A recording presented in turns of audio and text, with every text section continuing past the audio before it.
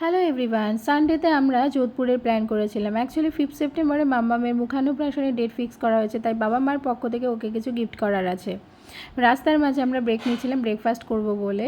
জৈন পাকোড়াটা দিয়ে চাটা খেতে ভীষণ ভালো ছিল। এই যে এমন হাইওয়ের পাশে ধাবাগুলো থেকে এরকম পাকোড়া পাওয়া যায়।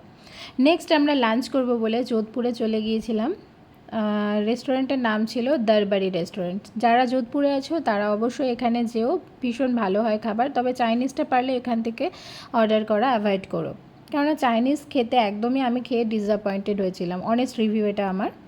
নেক্সট আমরা চলে গিয়েছিলাম তানিশকে, আর যেটা কিনলাম সেটা তোমাদের সাথে শেয়ার করছি। অ্যাকচুয়ালি মামামের এই 8.5 গ্রামের ব্যাঙ্গেলসটা আমরা কিনেছি 22 ক্যারেট সোনার। কত প্রাইস পড়লো তোমরা কেউ গেস করে কমেন্ট করতে পারো।